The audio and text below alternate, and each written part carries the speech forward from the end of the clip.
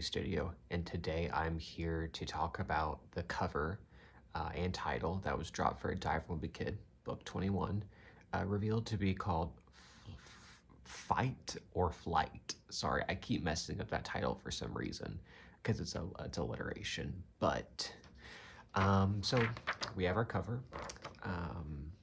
I'll talk about the cover in a minute, but I'm gonna read the little plot synopsis first, and then we'll kind of like break them both down. I like to do these every year because it's just fun to like speculate what's gonna happen, and of course, just my immediate reactions after the cover and title are dropped. So, synopsis says, "When the going gets tough, what's a wimpy kid to do? In Fight or Flight, Greg heavily faces his biggest challenge yet as he becomes a target for the school bully. Luckily for Greg, his best friend Raleigh Jefferson takes karate, so at least Greg's got someone in his corner. But an unexpected twist makes Greg realize he's facing an uphill battle. Will Greg step into the ring or throw in the towel? One thing's for sure, Fight or Flight is a knockout." So, not a bad concept if I'm being honest. I mean, the series really hasn't dealt with bullying all that much. I mean, there's been glimpses of it, like in the earlier books, but like nothing extreme. Like we haven't had a full out bully, bullying him, like an actual like threat, if you want to say, in middle school. I mean, bullying is rough. It's an actual thing that happens. I was bullied, so I'm surprised it took him this long to actually write a bullying story. So I'm looking forward to. I mean, it sounds interesting. I mean, what it basically sounds like, the Karate Kid is basically what they're doing. I mean, obviously they're not going to repeat the same formula. Like I highly doubt there's going to be a Mr. Miyagi doppelganger in Dive from Wimpy Kid. I would be shocked if there was. It's probably going to be some stupid karate teacher that's like some comedic relief, and he's probably going to be, if we're being honest, it's probably his karate teacher is going to be the one that's like right here, like the one that's facing him. It's because it's usually like whichever character is most central to it. Like it was the grandma there, and then in Party Pooper it was the mom there, because the mom was kind of like his enemy in a sense, which is one of the reasons I liked Party Pooper, is because the mom like was actually like the like because like one thing I like is that I think the books are better when there's like a character that we know. It's interesting. I think the books are better when there's a character that we know that's the one that's closest to Greg on this like on inner cover, because it just makes it more realistic and more true to the series. I mean, for Hot Mess, it was the grandma, which I didn't mind because that was the story that they were telling. But it's for several books, it's just like this like random character that doesn't really mean anything. It's just a stupid comedic relief character. Um, so it probably will be the karate teacher, if we're being honest. I mean, it could be Rally too, or I mean, it also could be the bully. It's probably going to be the bully, which would be better than the karate teacher. I wouldn't be surprised either way. But I think the bully plotline has potential. I think if they can give Greg and Rally a good plot together, I would be sold, because we have barely had anything with them in a hot minute. I mean, really, the last time we actually saw them interact like a decent amount was Raleigh Jefferson's journal, the first one. But beyond that, I mean, since the meltdown, which is the meltdown came out right before his journal did, those two books were really the last time we saw substantial interaction between them, like an actual plot with them. But ever since then, Raleigh's barely been featured. I mean, he was featured a bit more in Party Pooper, for sure, but still not nearly as much as I thought he would be. So, I mean, the fact that they're mentioning him in the synopsis makes me hopeful that he'll actually have a bigger role. Because it's just odd that Raleigh's barely featured anymore. So, yeah, so that's kind of my thought in the synopsis. I think the storyline has a lot of potential. Again, it sounds very much Karate Kid adjacent, but we'll see. We'll see what transpires from it. So let's talk about the cover. So let's just say I'm hopeful about the plot. It doesn't sound stupid. It sounds decent, has potential. My issues with this new announcement primarily align with the cover. So I'm trying to think, what do I like about the cover? I mean, basically, these last few books, Greg has been inside something, whether it's a birthday cake or whether it's a thing of spaghetti. So it's not a surprise that he's literally inside another object again. This time, Um, he's inside a chicken, which I actually kind of like that like they chose this image. I think it's pretty symbolic for Greg, who is a chicken. They pretty much described his character as such throughout the series, so I think that makes total sense.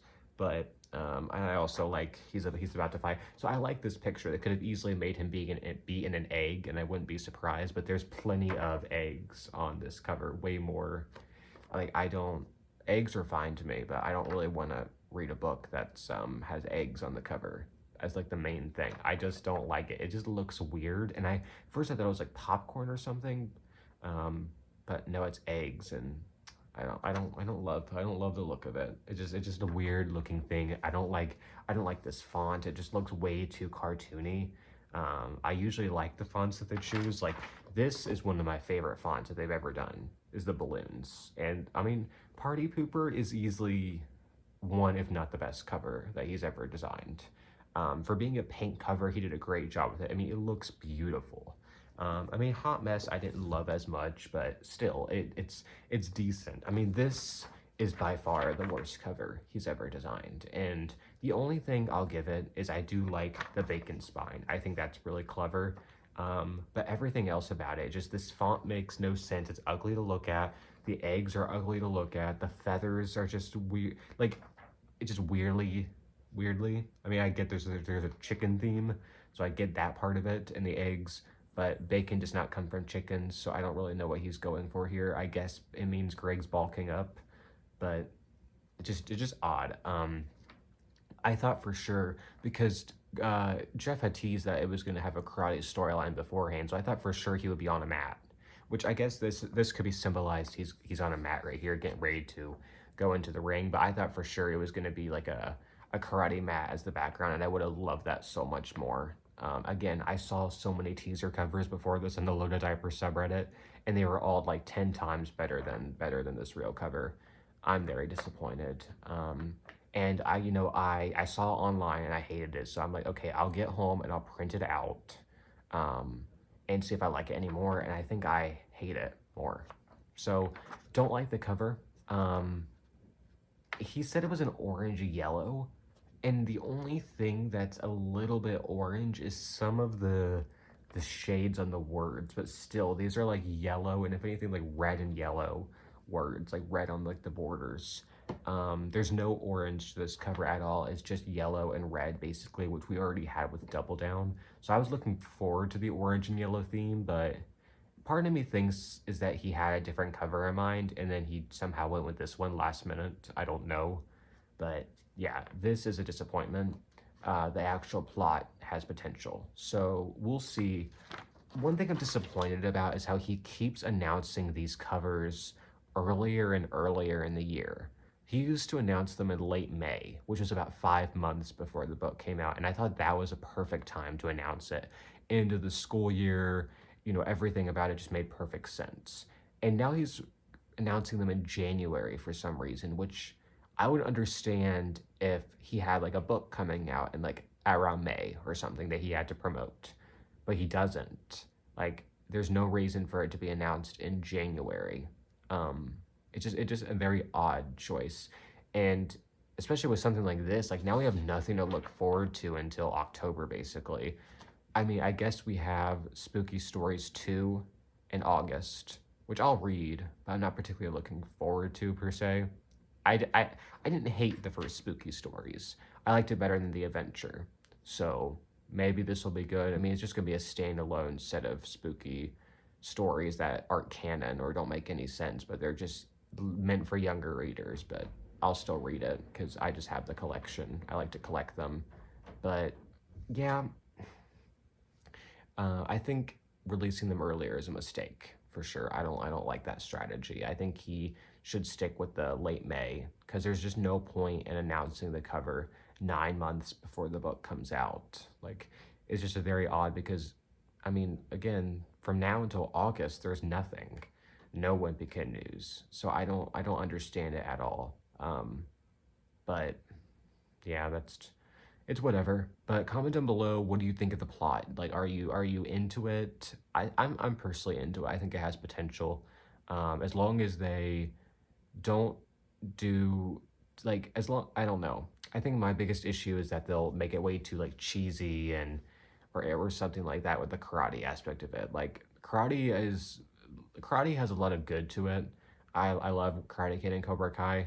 I don't love that Wimpy Kid is adapting it, but I think it's whatever.